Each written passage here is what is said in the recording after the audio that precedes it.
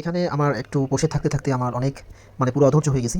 আমার ইচ্ছা ছিল এখান থেকে বাইং করার, বাট বাইং কিন্তু অনেক উপরে চলে গেছে, আপনারা অলরেডি দেখতে পারতেছেন। তো এই বাইং চলে যাওয়ার কারণটা কি সেটা একটু বলি। দেখেন আমার নিচে যেখানে আমার অর্ডার ব্লকটা ছিল, তো আমি চিন্তা করছিলাম যে এইখান থেকে আমি বাই নিব, বাট আমার যে লিকুইডিটি সুইফট করে আমার যে কনফার্মেশন দেখাইছিল সেই অনুযায়ী আমি কিন্তু আগাইতে পারিনি। তার আগেই আমি এখানে বসে থাকতে থাকতে বোর হয়ে গেছি। দেন আমার কিন্তু এইখান থেকে আমি এখন একটা বাই নিলাম। কেন বাইটা নিছি দেখেন, আমি যদি দেখি আমার উপরে 30 মিনিটে আমার কিন্তু এখানে একটা অর্ডার ব্লক আছে। উপরে যে জায়গাটা দেখতে পাচ্ছেন একটা রেড ক্যান্ডেল, ওইখানে আমার একটা অর্ডার ব্লক আছে। তো এই বাইংটা ওই অর্ডার ব্লক পর্যন্ত যাইতে পারে, আর ওইখান থেকে মার্কেট আবারও সেল আসতে পারে।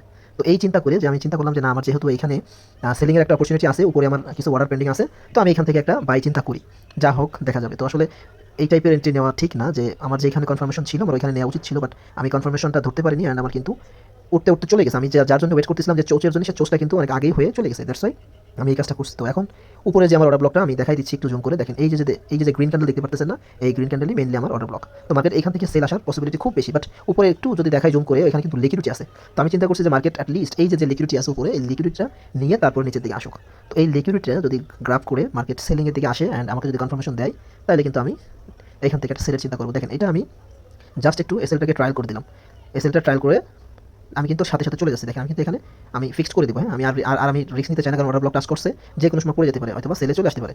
তো এখানে হচ্ছে ট্রাপ এরিয়া, ওই ট্রাপ এরিয়া থেকে আমার বাঁচতে হলে আমার কিন্তু এখান থেকে মেইনলি আমার হয় বের হয়ে যেতে হবে, না হলে কিন্তু আমার এখানে কী করতে হবে, এসএলটাকে ট্রায়াল করে এখানে দিয়ে আমার কিন্তু চলে আসতে হবে। আমি কনফার্ম দিয়ে দিয়েছি। এখন মার্কেট যদি